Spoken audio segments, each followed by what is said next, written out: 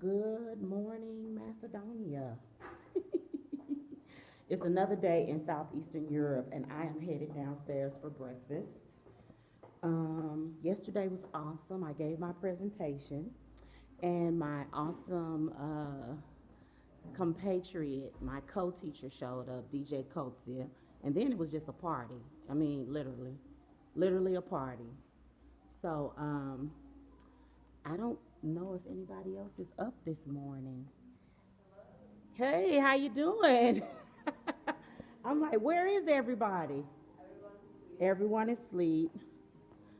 I'm the one that's still slightly on U.S. time, which is earlier. So I'm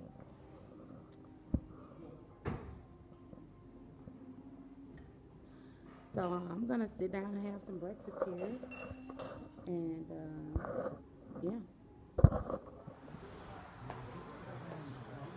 There is a beautiful veranda at this hotel, and the interesting thing about the hotel is when this was a part of communist Yugoslavia, when this country was a part of communist Yugoslavia, of course, communism is deeply about workers' rights, and every company or hi, every I guess company factory had its own hotel because every worker has a right to a vacation. So this was one of many hotels that some company had, and this is where you would go for your vacation. And once the Yugoslavian Republic fell and everything was privatized, now it's kind of a resort place, and I'll take you to see the lake in a second, but I can see it through the trees. You can kind of see it. It's really beautiful. I'm tempted to walk down there now, actually.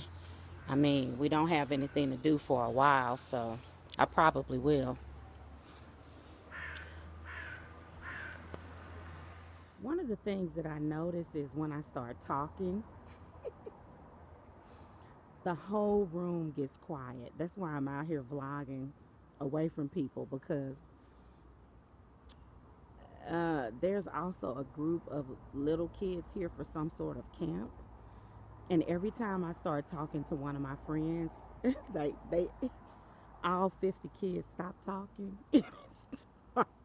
and just start like all eyes on me.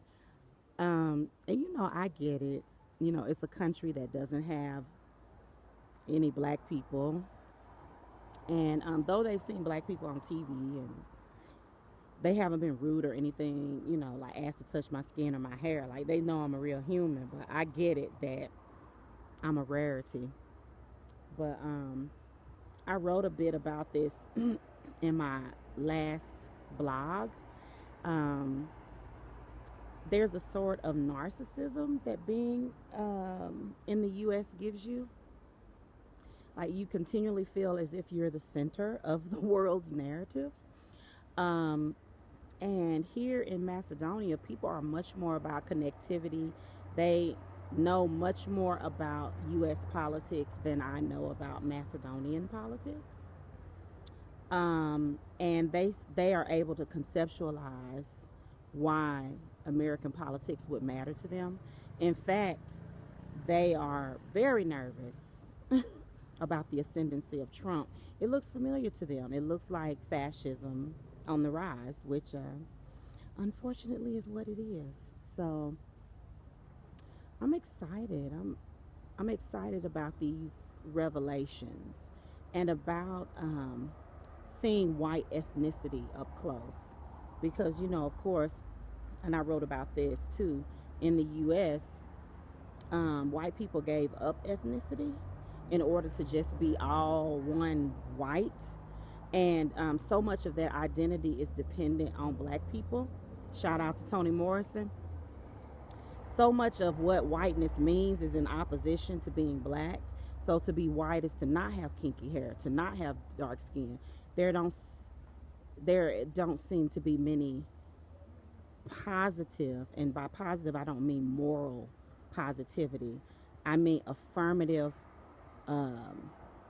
ways to describe whiteness. And really, I kind of mourn. You know, I don't have a lot of tears for white people, but I love you. I love y'all, but I don't have a lot of tears for you. But I do now that I've seen the beauty and diversity of white ethnicity with all these countries, people from Kosovo, Albania, Macedonia, Greece. I see what you all gave up, and you gave up your grandmother's stories. And you really might want to reclaim them. You might want to have your roots movement. But unfortunately, in the U.S., the reclamation movement is supremacist. So, like, it's not like, okay, I'm going to go back to Poland and meet my ancestors and have, you know, of course I've read those stories and seen those stories, but oftentimes it's, you know, I'm going to reclaim my rightful place as ruler of the earth. So, that's problematic. And, yeah, but things are good here. I am walking with Goran. We are headed over to the lake finally. Yeah, we are finally. We are 3 days here and we didn't see the lake for sure. The students keep taking selfies. Make a selfie with Make a selfie with Yeah, I want. They keep taking selfies. We're gonna make a selfie together? Okay.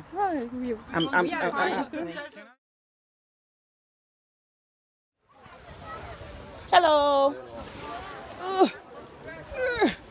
Hi.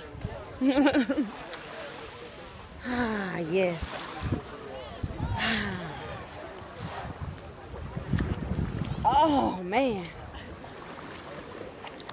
Look at this. This is wonderful.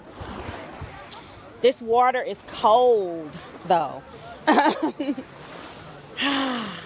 What if I drop my phone? It would be a nightmare. I'd be like, no. Oh, God. Are you guys enjoying the water? Yeah. Yeah, it's not so cold when you actually get used to it. When you get used to it, yes. Oh, man. Look at everybody sunning themselves and enjoying the water. And my students, the students aren't wasting any time. They are adding bass lines, finding samples, just kind of figuring out how all that works in preparation for final projects eventually. Yeah!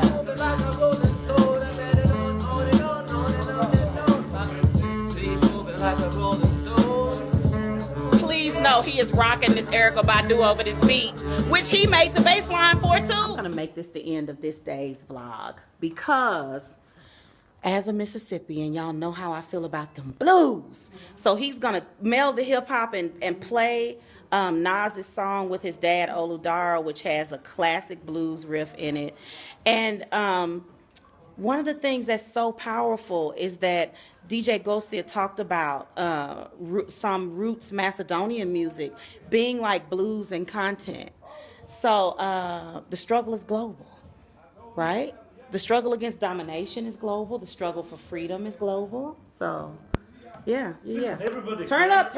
Everybody here comes from countries where we all have a problem to reach. If we want to go to London, they're going to ask us if we love our dog. If we have the struggle nowadays, right? Who've been to the British Embassy?